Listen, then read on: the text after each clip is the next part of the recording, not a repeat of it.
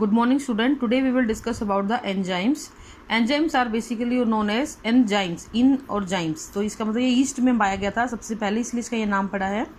They are act as a catalyst in biological reaction. जितनी भी biological reaction body के अंदर होती हैं, प्लांट के अंदर, एनिमल के अंदर, उन सभी में ये पार्टिसिपेट करता है और रिएक्शन को कैटलाइज करता है. So it is also known as the bio catalyst.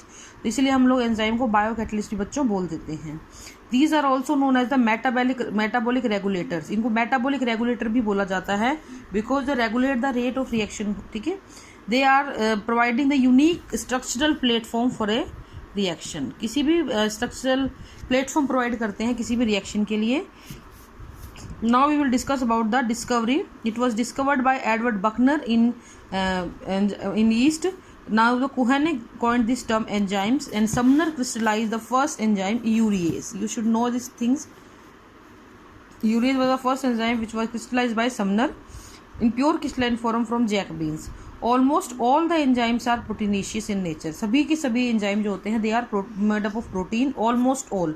ठीक है, बट कुछ एक न्यूक्लिक एसिड भी हैं जो बिहेव करते हैं एंजाइम के जैसे, जिनको हम राइबोजाइम्स भी बोल देते हैं या राइबोन्यूक्लियस भी बोल सकते हैं. इसके अलावा कुछ एंटीबॉडी भी है जो एंजाइम की तरह फंक्शन करती हैं, उनको हम लोग बोलते हैं एबोजाइम्स. ठीक है, एब्जाइम्स बोल देते हैं. तो ये कुछ एंजाइम्स के नाम हैं. एंटीबॉडीज को एब्जाइम्स बोलते हैं और इसको. ठीक है, नेक्स्ट है एंजाइम्स के type. There are two type of enzyme, simple and conjugated. The simple enzyme is made up of amino acid only, where the conjugated or holo enzyme is made up of two parts. It has non protein part which is called as apoenzyme and the protein part and the non protein part. Protein part is known as apoenzyme, whereas the non protein part is known as the cofactor. Okay बच्चों, now अब हम protein part के बारे में बात करेंगे. Protein part determine the structure and the specificity of the enzyme. किसी भी एंजाइम की स्पेसिफिसिटी को ये डिटरमाइन करता है, जबकि कोफैक्टर जो होता है वो उस एंजाइम की जो है डिटरमाइन करता है कैटालिटिक एक्टिविटी को, किस प्रकार की कैटालिटिक एक्टिविटी वो शो करेगा.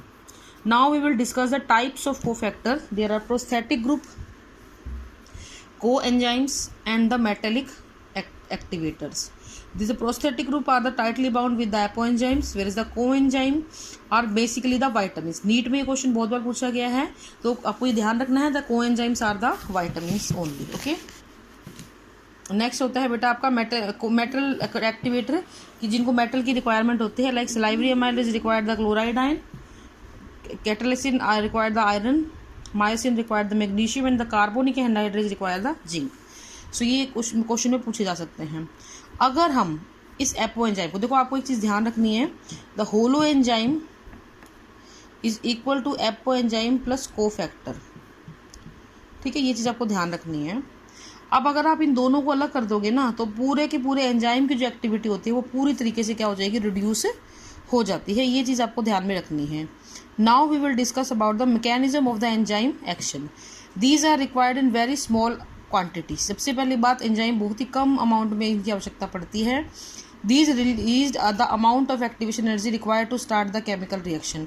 ये कुछ ऐसी एनर्जी, एक्टिवेशन एनर्जी को रिलीज करते हैं जो किसी भी केमिकल रिएक्शन को बहुत ही जल्दी स्टार्ट कर देती है और रिएक्शन जो है कंप्लीट होती है. These cannot change equilibrium point at a reversible reaction. किसी भी रिएक्शन के अंदर इक्विलिब्रियम पॉइंट को चेंज नहीं करते हैं. Enzyme through their active site catalyse reaction at a higher rate. एक चीज़ ध्यान रखना, हर एंजाइम के पास कोई ना कोई एक्टिव साइट होती है. लाइक जैसे ये एक एंजाइम है, तो इसके अंदर मैं आपको दोबारा बना के दिखा देती हूँ. जैसे ये एक आपका एंजाइम है, तो ये जो साइट है, ये जो ये ब्लाइंड एंड है, these are the active site. और सबस्ट्रेट यहाँ आके इस प्रकार से अपने आप को अटैच कर लेता है. देखो मैंने डायग्राम उधर बनाया हुआ है. तो इस प्रकार से इनके पास एक्टिव साइट होती हैं जो सबस्ट्रेट को अटैच करने में हेल्प करती हैं. Now site of enzyme action, ये किस कंटेक्स्ट में है कि जो एंजाइम का एक्शन हो रहा है वो सेल के अंदर हो रहा है या सेल के बाहर हो रहा है. अगर किसी सेल के अंदर विद इन द सेल होता है तो उसको हम एंडो एंजाइम बोलते हैं या इंट्रासेलुलर एंजाइम बोलते हैं. जितने भी आपके रेस्पिरेटरी एंजाइम है, they all work inside the cell. Like hexokinase, glycolysis आपने पढ़ा हुआ है, तो ग्लाइकोलाइसिस की सारा प्रोसेस सेल के अंदर कंप्लीट होता है. तो जितने भी वहाँ पे एंजाइम यूज होते हैं, they all are intracellular or endo enzyme.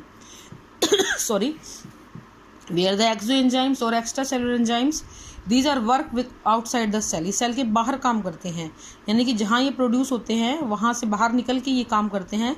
जितने भी डाइजेस्टिव एंजाइम होते हैं, ट्रिप्सिन, पेप्सिन, काइमोट्रिप्सिन, ये सारे के सारे इसके एग्जाम्पल हैं एक्सो एंजाइम्स के। फिर बेटा अगली कैटेगरी है आइसो एंजाइम्स की।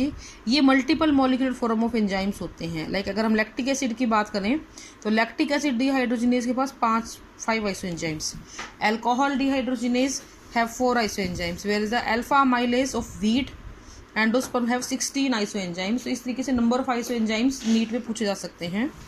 नाउ एंजाइम कैटालाइजिंग रिएक्शंस, आप एक इक्वेशन यहाँ पे देखिए, ये एक बहुत सिंपल इक्वेशन है।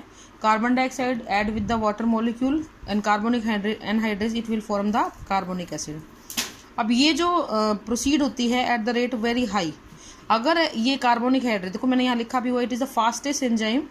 तो अगर इस रिएक्शन को आप बिना एंजाइम के शुरू करते हैं तो आपको सिर्फ 200 मॉलिक्यूल पर आवर मिलेंगे, और अगर आप इस रिएक्शन को कार्बोनिक एनहाइड्रेज की प्रेजेंस में शुरू करते हैं या चलाते हैं तो you will get 6 lakh molecule पर सेकेंड। तो आपको इस चीज़ से अंदाज़ा लग गया होगा कि कहाँ तो 1 सेकेंड में आपको 6 लाख मॉलिक्यूल मिल रहे हैं, कहाँ आपको 200 मॉलिक्यूल 1 घंटे में मिल रहे हैं। तो अगर एंजाइम प्रेजेंट होता है तो रेट ऑफ रिएक्शन बढ़ जाती है, अगर एंजाइम एब्सेंट होता है तो रेट ऑफ रिएक्शन घट जाती है। जितनी ज़्यादा रेट ऑफ रिएक्शन होगी उतना ही ज़्यादा आपको प्रोडक्ट मिलेगा। ठीक है बच्चों, नेक्स्ट हम बात करेंगे mechanism of enzyme action. The chemical which converted to product is called as substance. एक सबस्ट्रेट बोलते हैं उसको जिसको आपने कन्वर्ट करना है।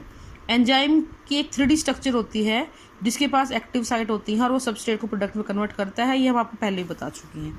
अब यहाँ पे आप एक ग्राफ देखिए बच्चों, इसमें this is the progress of reaction है, ये वाला एक्सिस वाई एक्स एक्सिस, और वाई एक्सिस पे आपके पोटेंशियल एनर्जी है। एक सबस्ट्रेट को प्रोडक्ट कन्वर्ट होने में आपको 2 ग्राफ यहाँ पे नज़र आ रहे हैं। एक की ट्रांजिशन स्टेट काफ़ी हाई पीक पे आ रही है, एक की लो पीक पे आ रही है। तो जिस भी सबस्ट्रेट को आप प्रोडक्ट में बदलते हो और हाई पीक आती है, इसका मतलब वो रिएक्शन विदाउट एंजाइम थी। जो कि लो पीक आती है उसकी विद एंजाइम थी, क्योंकि एक्टिवेशन एनर्जी की बहुत ज़्यादा ज़रूरत पड़ती है सबस्ट्रेट को विदाउट एंजाइम के। विद एंजाइम ये प्रोसेस बहुत जल्दी ही कंप्लीट हो जाता है। ठीक है बच्चों, तो आप ये देख लीजिए, यहाँ पे मैंने बनाया भी हुआ है, पहले भी आपको बता चुकी हूँ एंजाइम के साथ सबस्ट्रेट कैसे अटैच होगा, and this is known as enzyme substrate complex. This is all for today, thank you and have a nice day.